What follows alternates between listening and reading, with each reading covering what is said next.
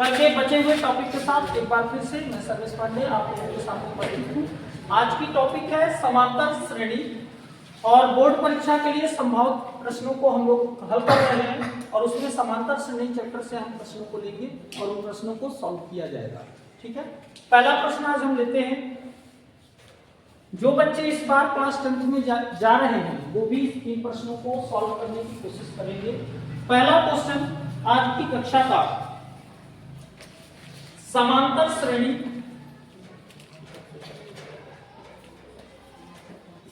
समांतर श्रेणी 21, 18, 15 and so on का कौन सा पद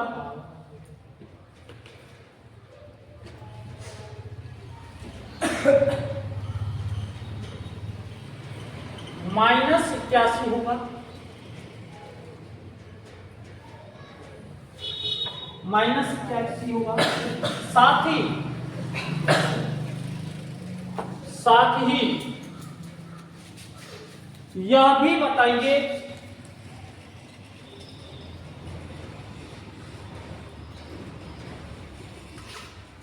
बताइए कि क्या इसका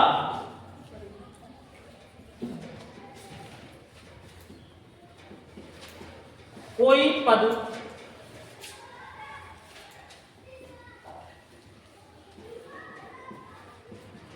शून्य होगा, उसे भी ज्ञात करें। जो पद शून्य हो रहा है उसे भी क्या करना है, आपको ज्ञात करना है। ध्यान से देखेंगे, जो लोग पढ़ चुके हैं इन प्रश्नों को, ठीक, मैंने एक बार करवाया भी था, इन प्रश्नों को ध्यान से नोट करते हुए चलेंगे। फार्मूला हमारा क्या होता है, nवां पद के लिए formula an is equals to a plus n-1 into, इसमें मैं आपको बता दूं ये जो an मैंने लिखा हुआ है ये कौन सा पद, जो ये वैल्यू है ये an है। an की वैल्यू -81 a जो है इस सीरीज का प्रथम पद है। n की वैल्यू आपको फाइंड करनी है और d जो है 18 में से 21 को माइनस करने पर क्या होगा, मिलेगा, वो आपका सर्वांतर कहा जाता है।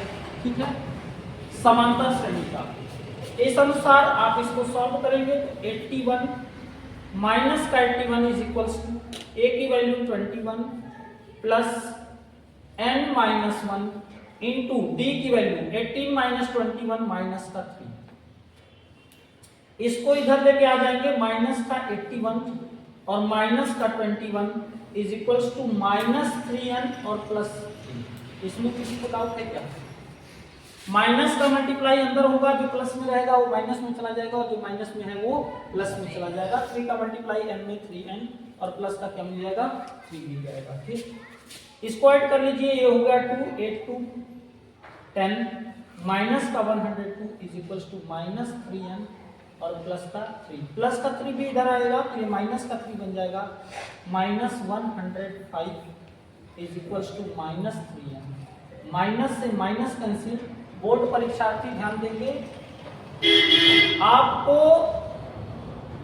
इस तरह से कट नहीं करना है। यहां से मैं दोबारा लिख देता हूं, 105 इज इक्वल्स टू 3n। 3 से अगर इसको आप डिवाइड करेंगे 3 3 जा 9 और 3 5 जा, मतलब 35वें पद का मान कितना आएगा, -81। 35वें पद का मान कितना आएगा, -81। ये पूछा है क्या कोई पद शून्य भी होगा, क्या कोई पद शून्य भी होगा, यही क्वेश्चन था ना। क्या कोई पद शून्य भी होगा तो उसे भी बताए। इसको आप लोग नोट कर लीजिएगा। उसके बाद शून्य वाले को हम बता रहे कौन सा पद शून्य होगा, इसी तरह से लगाना है। जहां बस -81 आप लिखे हैं वहां पे क्या लिख देना है, 0 लिख देना है। वहां पे क्या लिख देना है, 0 क्लियर है? सारे लोग नोट करेंगे, सारे लोग नोट करेंगे।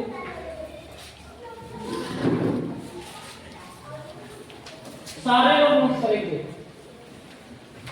बिना शोर किए हुए आप लोग ऊपर चले जाएंगे, बिना शोर किए हुए आवाज एकदम चुपचाप ऊपर चले जाएंगे।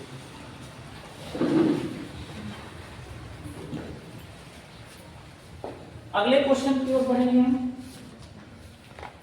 इरेज करने के लिए कुछ नहीं है।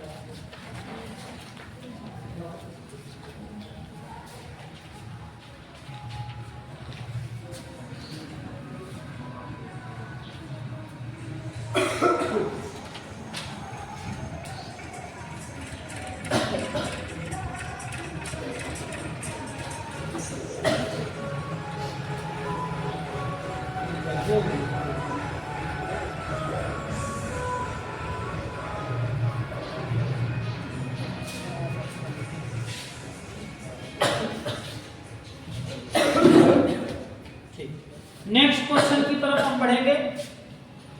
समांतर श्रेणी में अगला क्वेश्चन, समांतर श्रेणी का अगला क्वेश्चन। श्रेणी पे ज्यादा टाइम हम नहीं लेंगे, आपको जल्दी जल्दी क्वेश्चन बताते हुए चलेंगे। उस समांतर श्रेणी का निर्धारण कीजिए। क्वेश्चन नंबर 2 सीरीज का, उस समांतर श्रेणी का निर्धारण कीजिए।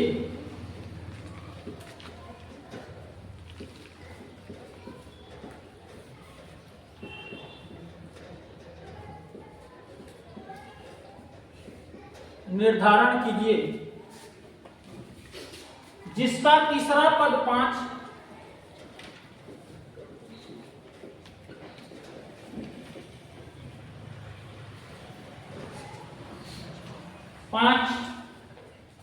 एवं सातवां पद 9 है।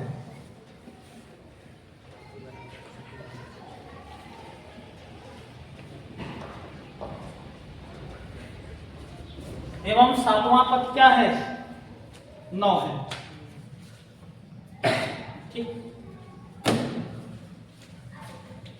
फार्मूला वही रहेगा।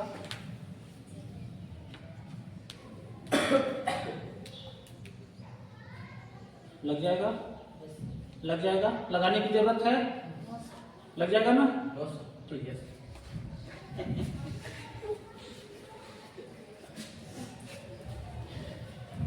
एनएम नहीं है ना, ये 5 कोचिंग है। यहाँ पुरस्कार वितरित तुरंत हो जाएगा बिना पेटिशन। चलिए फार्मूला आप क्या लगाएंगे? an is equals to a plus n minus 1 into D.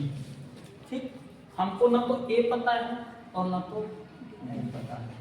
करेंगे क्या? क्या बोला है? तीसरा पद, तीसरा पद मतलब n की वैल्यू कितनी हो गई? 3 हो गई। n की वैल्यू क्या हो गई? 3 हो गई। और an की वैल्यू कितनी हो गई? 5। तो 5 is equals to a plus 3 minus 1 और इंटू क्या? d। 5 is equals to a plus 2d। 3 minus 1 कितना आ जाएगा? ठीक, इसी तरह से जब उसको करेंगे, सातवां पद 9 है तो 9 is equals to a plus 6d। a plus 6d equation number 2। घटाने पर लिखेंगे आप, जैसे ही घटाएंगे तो माइनस का 4 इज इक्वल्स टू, ये तो कैंसिल हो जाएगा, ए से क्या हो जाएगा? कैंसिल हो जाएगा। 2d में से 6d गया तो माइनस का 4d, माइनस से माइनस कैंसिल, 4 बन जा 4। d की वैल्यू कितनी आ गई? d इज इक्वल्स टू कितनी आ गई? 1। d की वैल्यू 1 आ गई तो इसमें रख लीजिए a plus 2 into 1 is equals to 5। 2 1 जा 2। a इज इक्वल्स टू कितना आ गया? 5 minus 2। a is equals to कितना मिल गया? 3। तो जब a इज इक्वल्स टू 3 मिल गया तो सीरीज आपको कौन सी मिलेगी? आप बोले 3 4 5 एंड सो। बात क्लियर हो गई? 3 4 5 एंड सो ऑन। सर्वांतर d है, d की वैल्यू 1 है। ठीक है, तो 3 के बाद 1 ऐड करेंगे तो कितना मिलेगा? 4। 4 में 1 ऐड करेंगे कितना मिलेगा? 5। 5 में 1 ऐड करेंगे 6 एंड सो ऑन। क्लियर हो गया? ठीक, आप क्वेश्चन जो इसमें है उसको मैं बोल दे रहा हूं, उसको आप लोग नोट कर लेंगे। ठीक, बोल दे रहे हैं, दवा वाले लीजिए।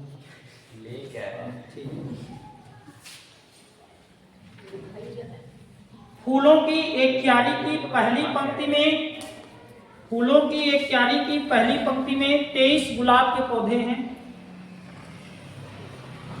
दूसरी पंक्ति में 21 गुलाब के पौधे हैं तथा तीसरी पंक्ति में 19 गुलाब के पौधे हैं तथा उस क्यारी की अंतिम पंक्ति में 5 गुलाब के पौधे हैं। तब गणना कीजिए कि इस क्यारी में कितनी पंक्तियां हैं। इस क्यारी में कितनी पंक्तियां हैं। नेक्स्ट क्वेश्चन समांतर श्रेणी का। समांतर श्रेणी 8, 3, -2 के प्रथम 22 पदों का योगफल ज्ञात कीजिए। प्रथम 22 पदों का योगफल ज्ञात कीजिए। ठीक, लिख दे रहे हैं इस क्वेश्चन को, बढ़िया क्वेश्चन है।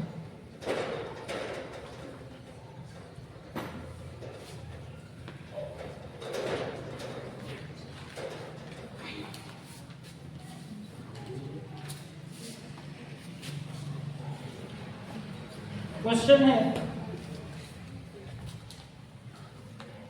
समांतर श्रेणी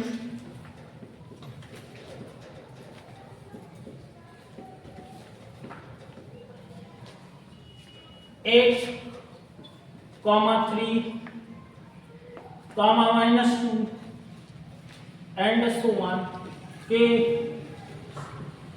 22 पदों का योगफल।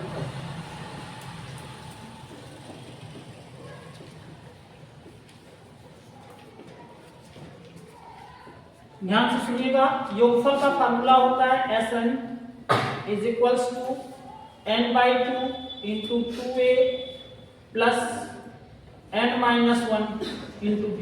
किसी समांतर श्रेणी के n पदों का योगफल S is equals to n/2 2a plus n-1 into b। ठीक, S22 इज इक्वल्स टू हो गया 22/2 इंटू 2a का मतलब हो गया 2 इंटू 8, a का मतलब फर्स्ट टर्म प्लस n-1 22 -1 और इंटू d 3 -8 कितना आ जाएगा माइनस का 2 11 जा। बोर्ड परीक्षार्थी ध्यान देंगे, इस तरह से कट नहीं करेंगे, आपको डायरेक्ट लिखना होगा। कट किए तो एग्जामिनर आपका नंबर भी क्या कर देगा, कट कर देगा। S22 इज इक्वल्स टू हो गया 11 इंटू 2 8 जा 16 और यहाँ 22 -1 plus 21 into -5। S22 is equals to 11 16 plus minus का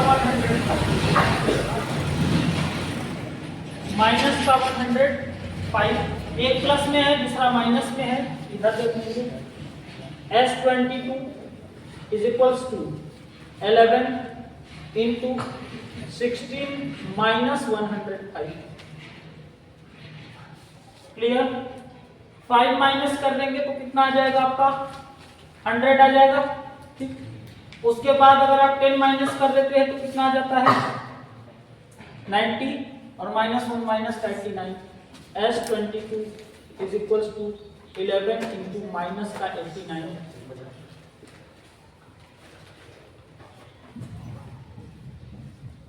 माइनस का 979। ये आपका क्या है आंसर है आपका।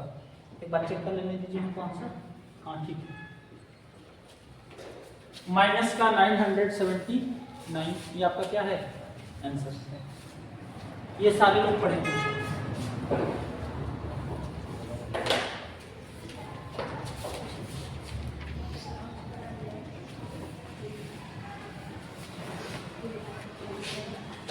इस तरह से आप लोग भी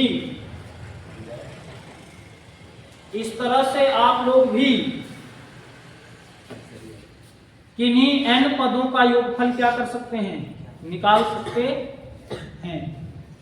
ठीक है, n पदों का योगफल निकालने के लिए आपको ये फार्मूला दिया गया है। आगे का क्वेश्चन है जिसको आप देख लेंगे, लिखने की जरूरत नहीं उस क्वेश्चन को, जो क्लास 10 वाले हैं वो लिख सकते हैं। संख्याओं की उस श्रेणी के पहले 24 पदों का योगफल ज्ञात कीजिए जिसका nवां पद an = 2n+3 है। संख्याओं की उस श्रेणी के पहले 24 पदों का योगफल ज्ञात कीजिए जिसका nवां पद an = 2n+3 है। नेक्स्ट क्वेश्चन है इस सीरीज का, यदि एक समांतर श्रेणी के n पदों का योगफल Sn = 5n² + 3n हो तो उसका nवां पद ज्ञात कीजिए। फिर से बोल दे रहे हैं इस क्वेश्चन को, यदि एक समांतर श्रेणी के n पदों का योगफल Sn = 5n² + 3n हो तो उसका nवां पद ज्ञात करें। दो क्वेश्चन इसमें वेरी इंपॉर्टेंट, और इसमें 95% चांस है कि इन दोनों क्वेश्चन में से एक क्वेश्चन बनेगा ही बनेगा। देख लीजिए, केंद्र A से आरंभ करते हुए बारी बारी से केंद्रों A तथा B को लेते हुए त्रिज्याओं 0.5 सेंटीमीटर, 1.0 सेंटीमीटर, 1.5 सेंटीमीटर, 2.0 सेंटीमीटर वाले उत्तरोत्तर अर्धवृत्तों को खींचकर एक सर्किल बनाया गया है। जैसा कि चित्र में दिखाया गया है, 13 क्रमागत अर्धवृत्तों से बने इस सर्किल की कुल लंबाई ज्ञात कीजिए, पाई की वैल्यू 22/7।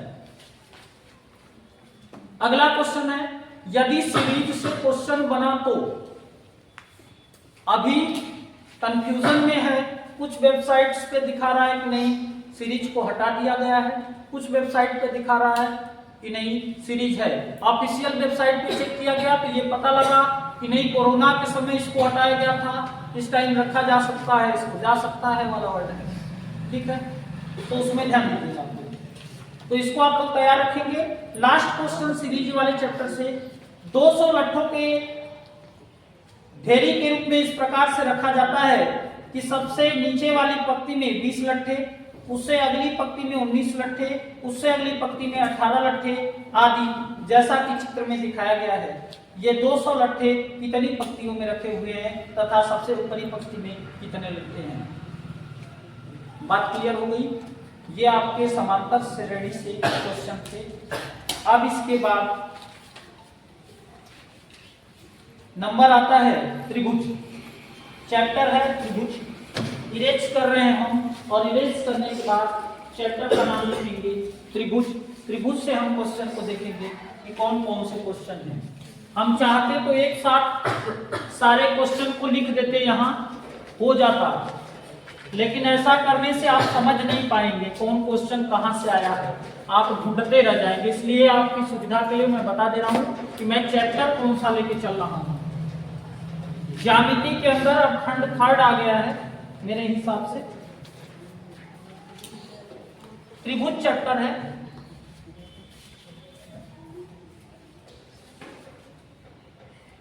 और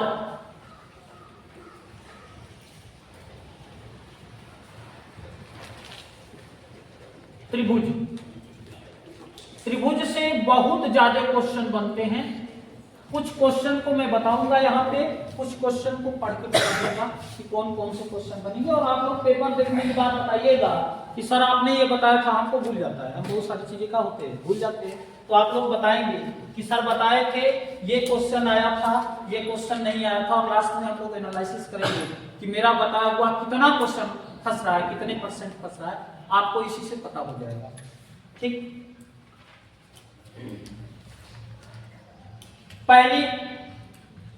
पहला प्रमेय जो है उसको नोट कर लेंगे आप लोग, या वीडियो को पॉज करके आप लोग देख सकते हैं। यदि कोई रेखा किसी त्रिभुज की 2 भुजाओं को एक ही अनुपात में बांटे तो वह रेखा त्रिभुज की तीसरी भुजा के समांतर होती है। वह रेखा त्रिभुज की तीसरी भुजा के समांतर होती है। ठीक, इस पे क्वेश्चन बनेगा एक, यदि कोई रेखा एक त्रिभुज एबीसी की भुजाओं AB व AC को क्रमशः बिंदु D तथा E पर काटती है तथा यह रेखा BC के समांतर हो तो सिद्ध कीजिए कि AD बटे AB is equals to AE बटे AC। बात क्लियर है? फिगर मैं बना दे रहा हूं और क्वेश्चन मैं पढ़ ही दिया हूं, आप देख लीजिए। मैं इस ट्रायंगल का फिगर बना दे रहा हूं और इस पे एक क्वेश्चन डेफिनेट बनना है। ठीक,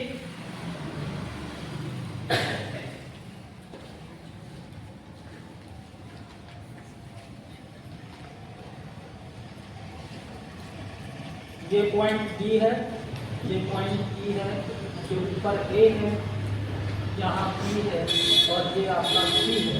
आपसे बोल रहा है कि AD अपॉन AB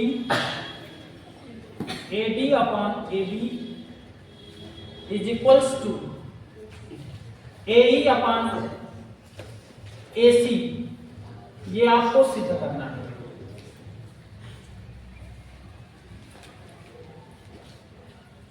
और आप देख लेना पेपर उठा के, इस टाइप का क्वेश्चन जरूर बनेगा। पेपर उठा के आप लोग देख लीजिएगा। ठीक है, नेक्स्ट क्वेश्चन पे चलते हैं। इसी टाइप का एक क्वेश्चन और है। चित्र के अनुसार PS बटे SQ is equals to PT बटे TR है तथा कोण PST इज इक्वल्स टू कोण PRQ है, तो सिद्ध करो कि त्रिभुज PQR एक समद्विबाहु त्रिभुज है। मैं दिखा रहा हूं आपको कैसे फिगर बना हुआ है।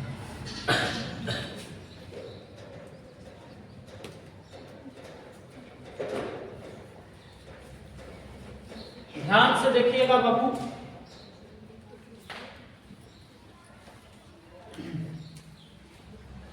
बहुत अच्छे से ये चैप्टर देखिएगा। त्रिभुज वाला चैप्टर बहुत खतरनाक चैप्टर है, इससे बहुत ज्यादा क्वेश्चन बनते हैं। मैं पहले ही बता दिया हूं। P Q R, यहां S और T बना दिया, ये पॉइंट S और ये पॉइंट T। बोल क्या रहा है कि PS upon SQ, PS upon SQ equal है PT upon TRQ, PT upon TRQ।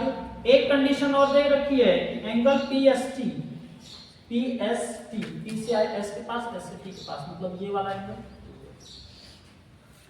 Equal है एंगल PRQ के, इस वाले एंगल से इक्वल है। तो बोल रहा है सिद्ध कीजिए कि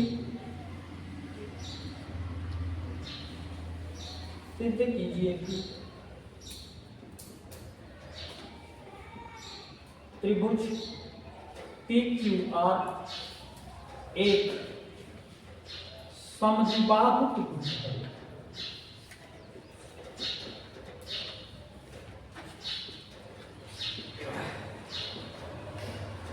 ये कंडीशन दे रखी है।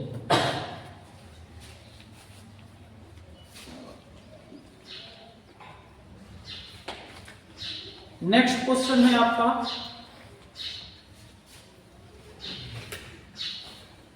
एक समद्विबाहु त्रिभुज इस प्रकार है कि AB is equals to AC, भुजाओं AB तथा AC पर क्रमशः बिंदु D तथा E इस प्रकार से हैं कि AD is equals to AE, AD is equals to AE। तो सिद्ध करो कि बिंदु BCE तथा D एक ही वृत्त पर स्थित हैं। फिगर ये बस ABCD कर दिया है, जहां PQRST लिखा है वहां ABCDE कर दिया है। फिगर यही है। बोल रहा है कि सिद्ध कीजिए कि बिंदु BCED एक ही वृत्त पर स्थित है, मतलब QRTS एक ही सर्कल पे क्या है, बिंदु है। ये सिद्ध करना। आगे बढ़ते हैं।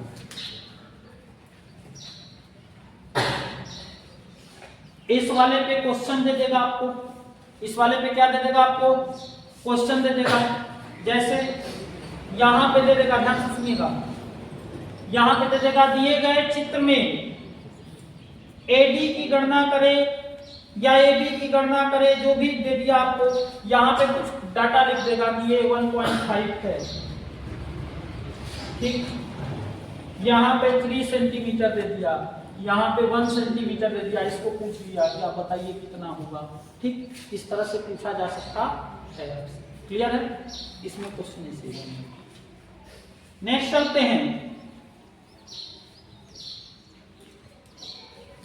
एक प्रमेय है, यदि दो त्रिभुजों में संगत कोण बराबर हो, अर्थात दोनों त्रिभुज समान कोणीय हो, तो सिद्ध कीजिए कि ये त्रिभुज परस्पर समरूप होंगे। ये त्रिभुज परस्पर क्या होंगे? समरूप। समरूपता को प्रूफ करना है आपको। त्रिभुज से और क्वेश्चन बनेंगे। त्रिभुज में एक टाइप का क्वेश्चन ये डेफिनेटली बनता है और कई बार मेरी आंखों के सामने आया है, इसका फिगर मैं बनाऊंगा। चित्र में PQ, यदि PQ पैरेलल है RS के, तो सिद्ध करो कि त्रिभुज POQ समरूप होगा त्रिभुज SOR। फिगर क्या है इसका? फिगर में बना देना। इस क्वेश्चन का जो मैंने अभी क्वेश्चन पढ़ा उसका मैं फिगर बना दे रहा हूं, आप देख लेंगे और उसके विषय में मैं लिख भी दूंगा।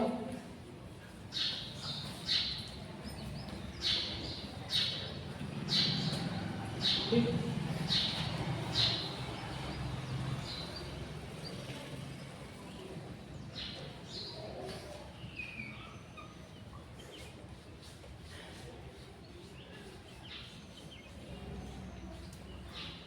ये रहा P, ये रहा Q, ये रहा R और ये रहा S। का लिखा गया, बोला यदि PQ पैरेलल है RS की, तो सिद्ध कीजिए कि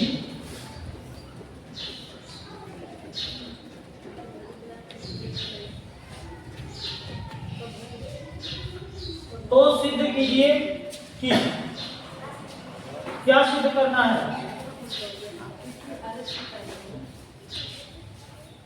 ट्रायंगल POQ, ट्रायंगल POQ समरूप होगा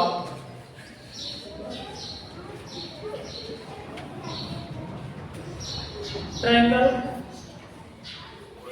SOR।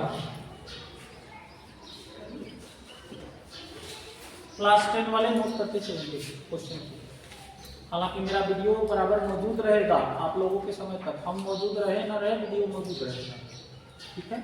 तो आप लोग देखते हुए चलिए, ये सब क्वेश्चन इंपॉर्टेंट है। नेक्स्ट क्वेश्चन है, 90 सेंटीमीटर लंबाई वाली एक लड़की एक लैंप सेट के आधार से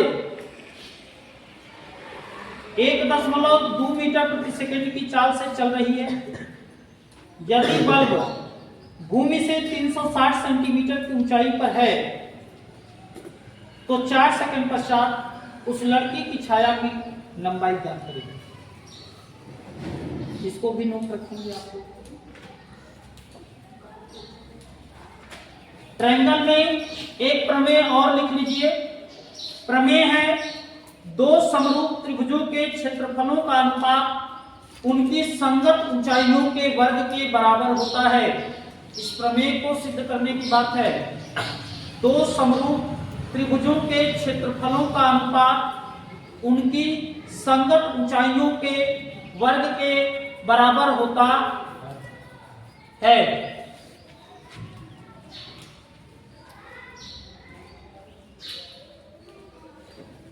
लास्ट क्वेश्चन नहीं, इसके बाद और भी है क्वेश्चन, देख लेंगे। दिए गए चित्र में रेखाखंड XY त्रिभुज ABC की भुजा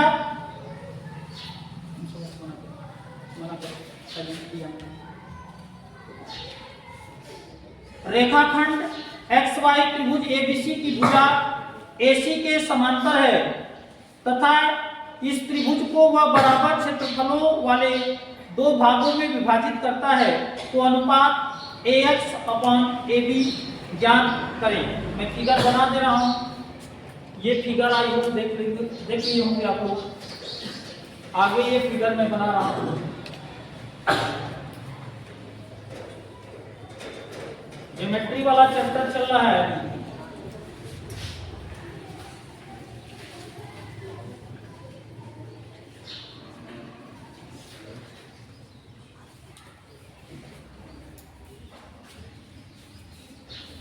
ये A है, ये आपका B है, यहाँ पे आपका C है, और बोला गया कि ये ऐसे आपका यहाँ X है और यहाँ आपका क्या है Y है। तो आपसे बोला गया कि AX/AB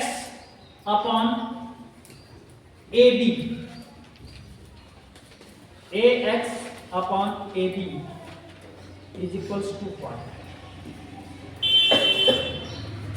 बात समझ में आई? इस क्वेश्चन को भी आप लोग देखेंगे। अगला क्वेश्चन है, एक समलंब चतुर्भुज ABCD में जिसमें भुजा AB DC के पैरेलल है के विकर्ण परस्पर बिंदु O पर काटते हैं। यदि AB is equals to 2CD हो तो त्रिभुजों AOB तथा COD के क्षेत्रफलों का अनुपात ज्ञात करें। ठीक है, एक बार फिर से पढ़ दे रहे इस क्वेश्चन को। एक समलंब चतुर्भुज ABCD में जिसमें भुजा AB DC के पैरेलल है के विकर्ण परस्पर बिंदु O पर काटते हैं। यदि AB is equals to 2CD हो तो त्रिभुजों AOB तथा COD के क्षेत्रफलों का अनुपात ज्ञात करें।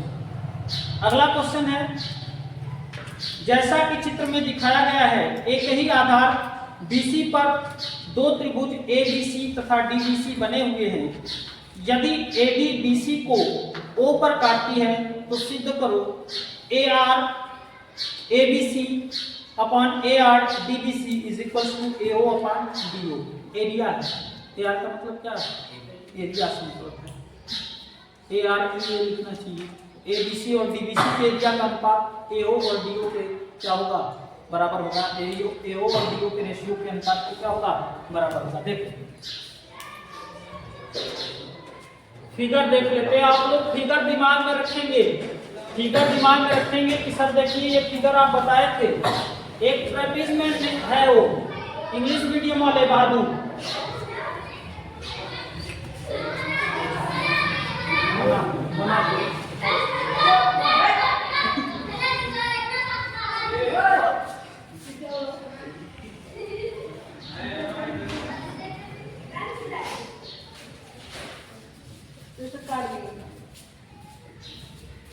साइलेंटली आइए और साइलेंटली जाइए, और ये पूरा साथ चाहिए तो बता दीजिए।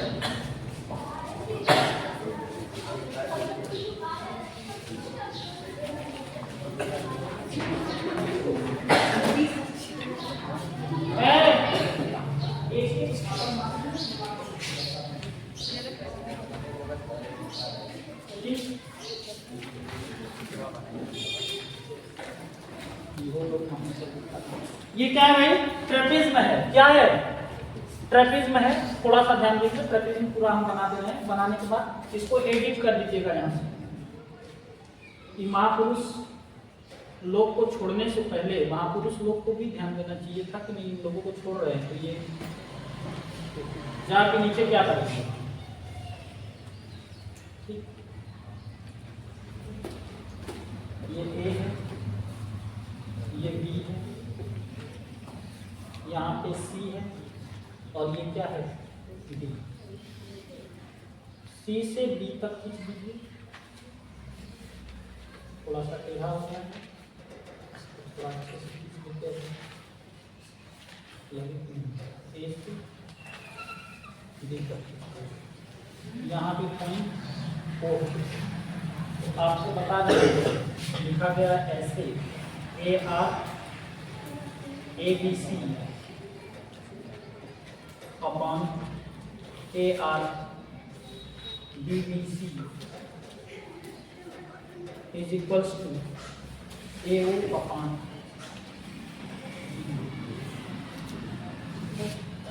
ये बात आपको क्या करनी है, याद रखनी है। गलती हम लोगों से हुई है, हम लोगों को ही ऊपर चले जाना चाहिए, लेकिन गलती के बाद भी लोगों को थोड़ा ध्यान देना चाहिए कि नहीं ये सब छोड़ रहे हैं, इन सबों को थोड़ा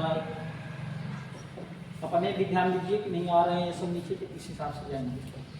अगला है प्रमेय, यदि किसी समकोण त्रिभुज के समकोण वाले शीर्ष से कर्ण पर लंब डाला जाए तो इस लंब के दोनों ओर बने त्रिभुज संपूर्ण त्रिभुज के समरूप होते हैं तथा परस्पर भी समरूप होते हैं।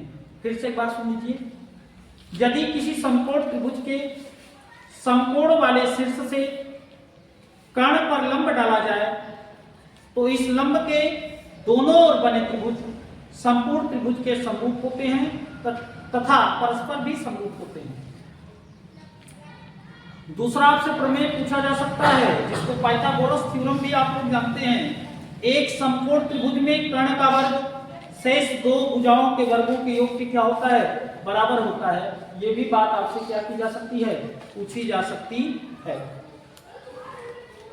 अगला है, एक सीढ़ी किसी दीवार पर इस प्रकार से टिकी हुई है जिसका निचला सिरा दीवार से 2.5 मीटर की दूरी पर तथा इसका ऊपरी हिस्सा भूमि से 6 मीटर की ऊंचाई पर बनी एक खिड़की तक पहुंचता है, तो सीढ़ी की लंबाई ज्ञात करें। अगला है, सिद्ध कीजिए कि समचतुर्भुज की भुजाओं के वर्गों का योग उसके विकर्णों के वर्गों के योग के क्या होता है, बराबर होता है। नेक्स्ट है, चित्र में PB CF के पैरेलल तथा DB EF के पैरेलल हो तो AD बटे DE की वैल्यू कितनी होगी। ठीक, फिगर ये मैं आपको शो करवा दे रहा हूं, आपको बनाने में थोड़ा टाइम जाएगा। ये फिगर रहा, ये फिगर रहा, ठीक, यहाँ पे ये फिगर है, इसको आप लोग देख लेंगे ऊपर वाला, क्लियर, ठीक। चलिए नेक्स्ट टॉपिक, निर्देशांक ज्यामिति में चलते हैं। अगली टॉपिक हमारी ज्यामिति के अंदर निर्देशांक ज्यामिति या चौथा खंड होगा, हम नहीं बता पाएंगे, आप देख लीजिएगा चौथा खंड है या क्या है। मेरे हिसाब से चौथा खंड हो जाना चाहिए।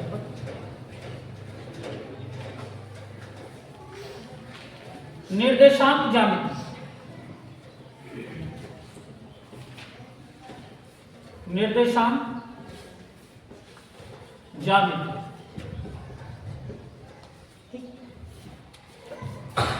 निर्देशांक ज्यामिति में क्वेश्चन लेके चलेंगे हम। उससे पहले थोड़ी देर के लिए आप लोग हमको क्या दीजिए, रेस्ट दीजिए, 2 मिनट, 2 मिनट के लिए रेस्ट दीजिए।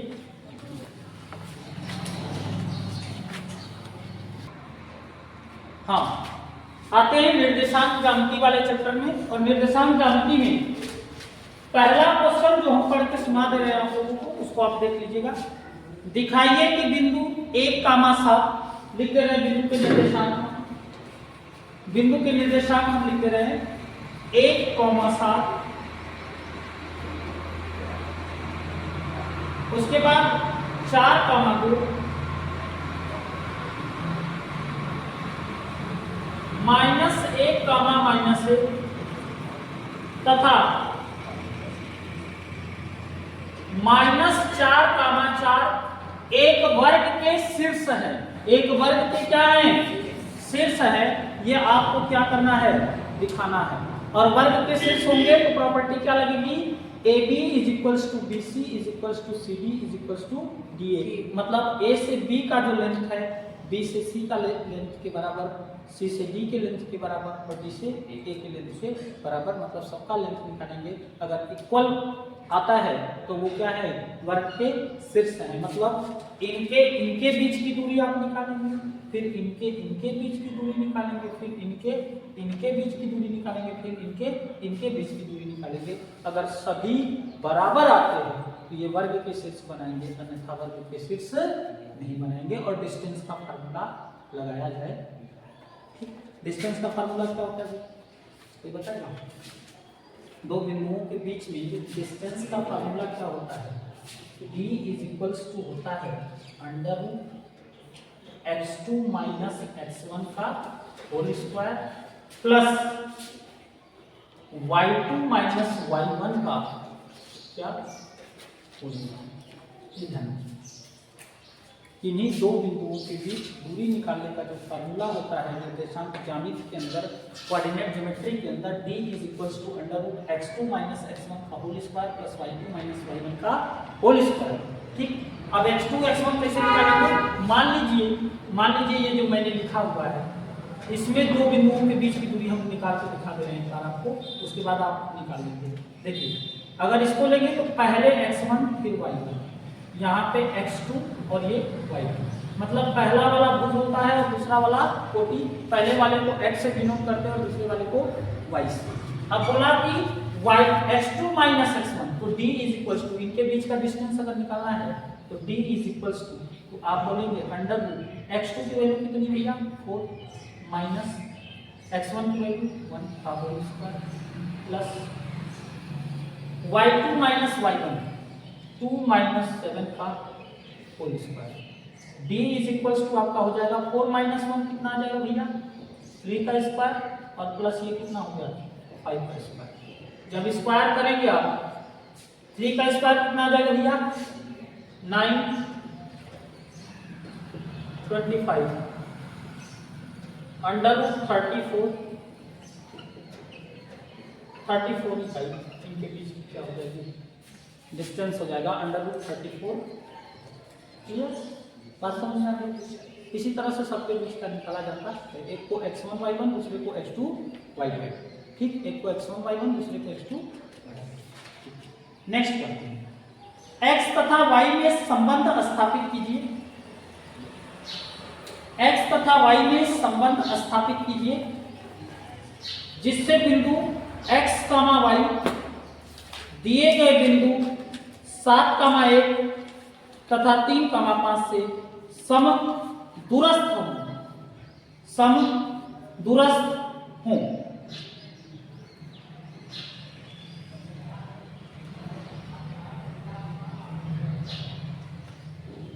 ठीक,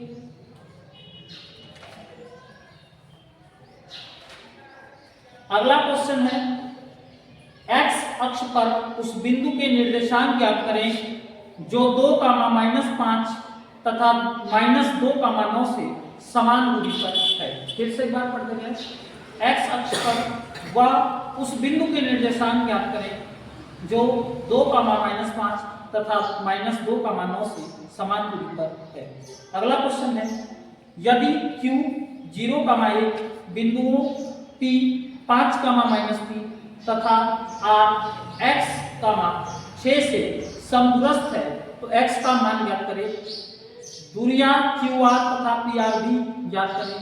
इसको एकदम 99% टिक करनी चाहिए। ये छपा है, फिर से एक बार इस क्वेश्चन को कर दे रहे हम। यदि Q 0, 1 बिंदुओं P 5, -3 तथा R x, 6 से समदूरस्थ है, समदूरस्थ का मतलब समान दूरी पर है, तो x का मान ज्ञात करें तथा साथ ही दूरियां QR तथा PR भी ज्ञात करें। नेक्स्ट क्वेश्चन है रेशियो से संबंधित।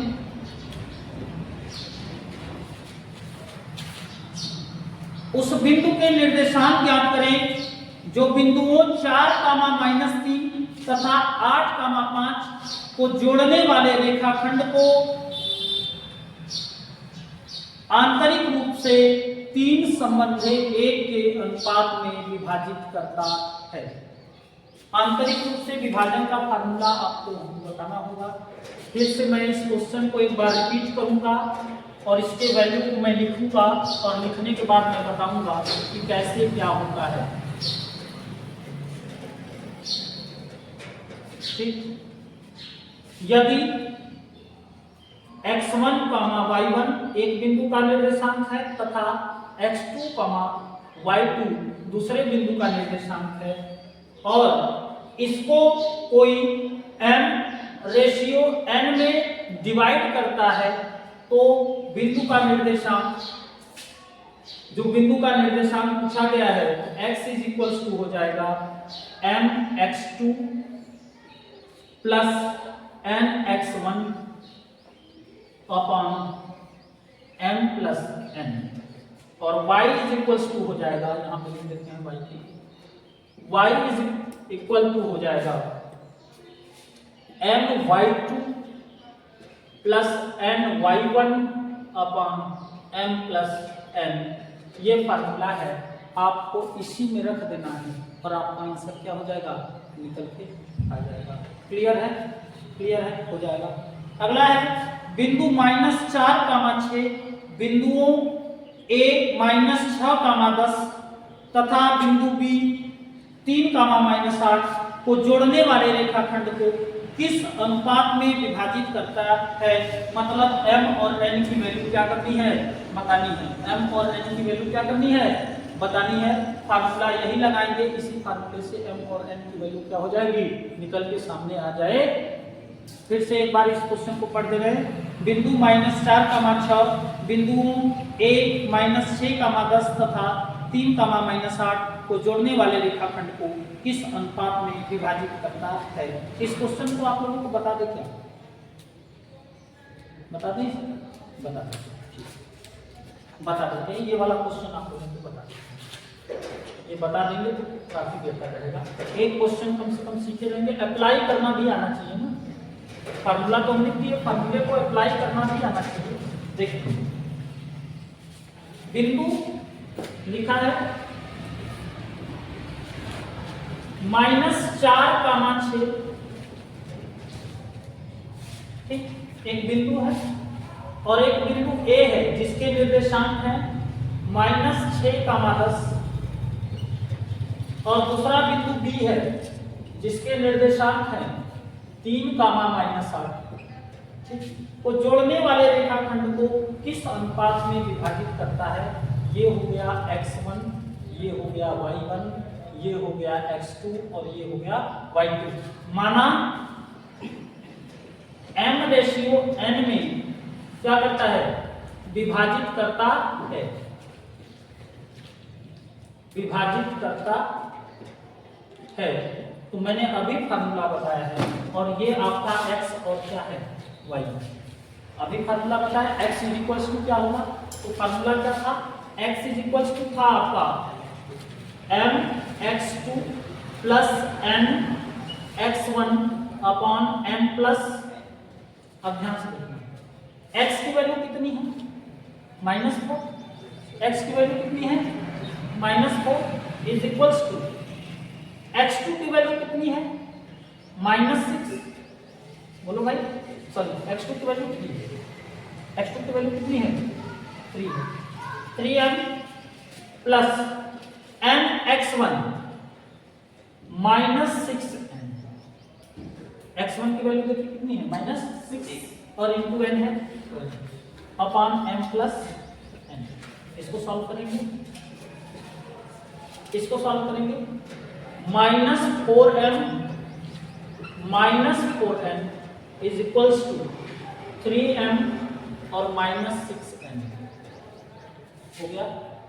बोलो भाई, अब इधर देखना, m को एक साइड और n को एक side, -4m -3n -6n plus 4n हो गया भाई। ये कितना हो गया, -7m, 7m है ये, sorry 7m is equals to minus का 2n, माइनस से माइनस क्या हो गया, कैंसिल। फिर मैं बोल रहा हूँ बोर्ड वाले कैंसिल नहीं करेंगे, बोर्ड वाले कैंसिल नहीं करेंगे। n को इधर लेते जाओ और 7 को उधर लेते जाओ, m/n is equals to 2/7। It means m ratio n is equals to 2 ratio 7। और ये क्या है आपका, बात समझ में आई नहीं, बात समझ में आई नहीं।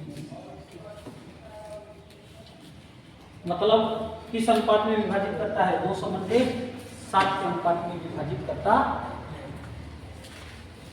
आगे चलेंगे, बिंदुओं 5, -6 तथा -1, -4 को जोड़ने वाले रेखाखंड को y अक्ष किस अनुपात में विभाजित करती है तथा प्रतिच्छेद बिंदु के निर्देशांक भी ज्ञात करें। 99% लिख लीजिए, ये छपा है। 99% ये क्वेश्चन क्या है, छपा है। वृथा न जाए देवो ऋषि बाड़ी। नोट कर लीजिए, बिंदुओं 5, -6 तथा -1, -4 को जोड़ने वाले रेखाखंड को y अक्ष किस अनुपात में विभाजित करता है। हाँ, परिवर्तन क्या कर सकता है, डाटा को बदल देगा। डाटा को क्या कर सकता है, बदल सकता है, लेकिन जो कॉन्सेप्ट है, कॉन्सेप्ट यही रहेगा, कॉन्सेप्ट नहीं बदलेगा, कॉन्सेप्ट सेम रहेगा। नेक्स्ट, रेखा 3x + y = 9 बिंदुओं 1, 3 तथा 2, 7 को जोड़ने वाले रेखाखंड को किस अनुपात में विभाजित करता है। अब त्रिभुज के क्षेत्रफल से संबंधित, त्रिभुज का क्षेत्रफल वो वाला नहीं होगा 1/2 बेसिक हाइट, यहाँ निर्देशांक के हिसाब से होगा।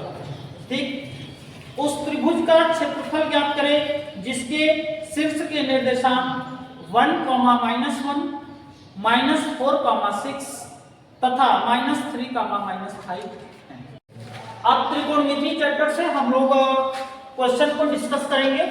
सबसे पहले क्वेश्चन को हम लेते हैं ट्रिग्नोमेट्री चैप्टर से, और जो क्वेश्चन होंगे उनका एक अपना अलग स्टेटस होगा। ध्यान से देखिएगा, ये क्वेश्चन मैंने बताया भी होगा आप लोगों को कभी। एक क्वेश्चन है, त्रिभुज PQR में Q समकोण है, कोण Q समकोण है। यदि PR + QR = 25 सेंटीमीटर तथा PQ = 5 सेंटीमीटर हो तो sin P, cos P, tan P, मतलब अलग अलग मान ज्ञात करने हैं, का मान ज्ञात करें, का मान ज्ञात करें। ये क्वेश्चन मैंने कराया था आप लोगों को, ज्ञात करें। नंबर सेकेंड, यदि 60 cot B = 12 हो तो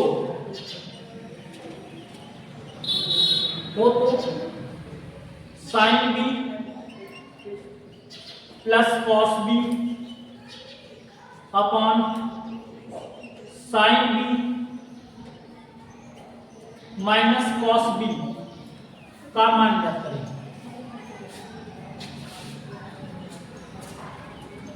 का मान ज्ञात करें। मार्कर चेंज कर लेते हैं, थोड़ा ये हल्का दिख रहा है।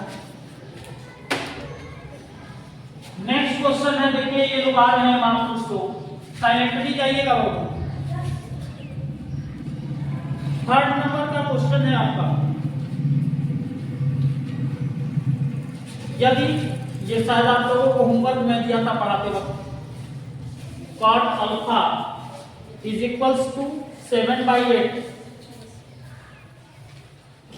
हो तो 1 - 1 + sin alpha × 1 - sin alpha बटे, पूरे के बटे है 1 + cos alpha ×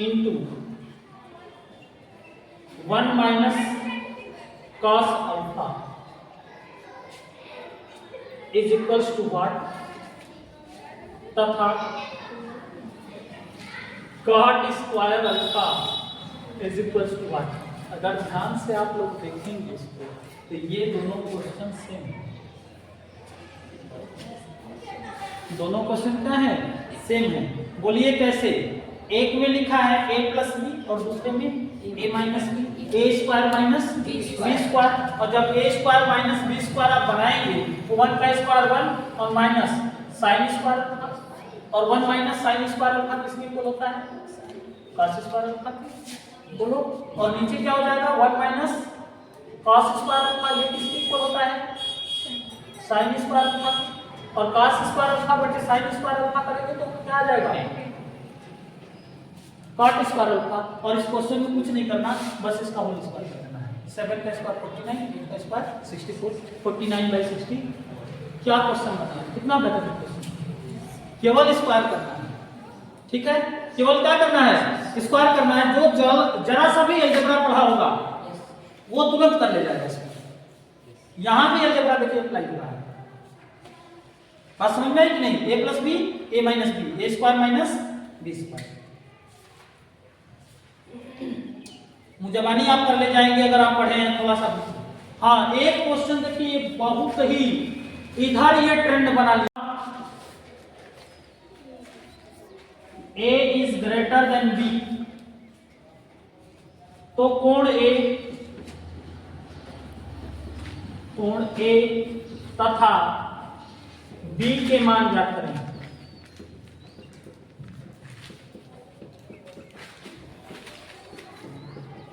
ठीक, कोण a तथा b के क्या करें? मान ज्ञात करें। इस क्वेश्चन को एकदम ये मान के चलिए कि 99% फिक्स है कि ये क्वेश्चन फंसेगा। ठीक है, ये 99% पेपर में देख के हमको बताइएगा। अब जल्दी जल्दी से आप लोगों को क्वेश्चन हम पढ़ के सुना देते हैं। टाइम कम है, क्वेश्चन ज्यादा हैं, तो इसलिए जल्दी जल्दी पढ़ के सुना देते हैं, लिखने में टाइम लगेगा। एक क्वेश्चन है, cot 85 degree plus cot 75 degree को 0 डिग्री तथा 45 डिग्री के बीच कोणों के त्रिकोणमितीय अनुपातों के पद में व्यक्त कीजिए। नेक्स्ट क्वेश्चन की तरफ चलेंगे। सिद्ध कीजिए कि cot a minus cos a upon cot a plus cos a is equal to cosec a minus 1 upon cosec a plus 1। सिद्ध कीजिए कि under root 1 minus sine theta upon 1 plus sine theta is equal to sec theta minus tan theta. Next है sine theta plus cosec theta का whole square plus cos theta plus sec theta का whole square is equal to 7 tan square theta plus cos square theta.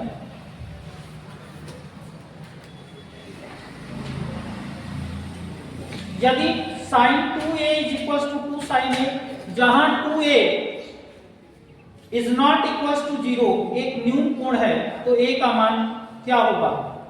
Next question है 2 tan 30 degree upon 1 minus tan square 30 degree का मान क्या होगा? ये objective में आएगा। 9 sec square a minus 9 tan square a का मान क्या होगा? ये ऑब्जेक्टिव में आएगा। आते हैं हाइट एंड डिस्टेंस वाले चैप्टर में। साइलेंटली जाएंगे, हाइट एंड डिस्टेंस वाले चैप्टर में आएंगे। एक बिजली मिस्त्री को एक 5 मीटर ऊंचे खंभे पर आ गई खराबी की मरम्मत करनी है। मरम्मत का काम करने के लिए खंभे के शिखर से 1.3 मीटर नीचे एक बिंदु तक वह पहुंचना चाहता है, जैसा कि चित्र 9.5 में दिखाया गया है। यहाँ तक पहुंचने के लिए प्रयोगों में लाई जाने वाली सीढ़ी की लंबाई कितनी होनी चाहिए जिससे कि क्षैतिज से 60 अंश के कोण से झुकाने पर वह अपेक्षित स्थिति तक पहुंच जाए, तथा यह भी बताइए कि खंभे का पाद बिंदु कितनी दूरी पर सीढ़ी के पाद बिंदु से होना चाहिए। नेक्स्ट क्वेश्चन है 1.5 मीटर लंबा एक प्रेक्षक एक चिमनी से 28.5 मीटर की दूरी पर है।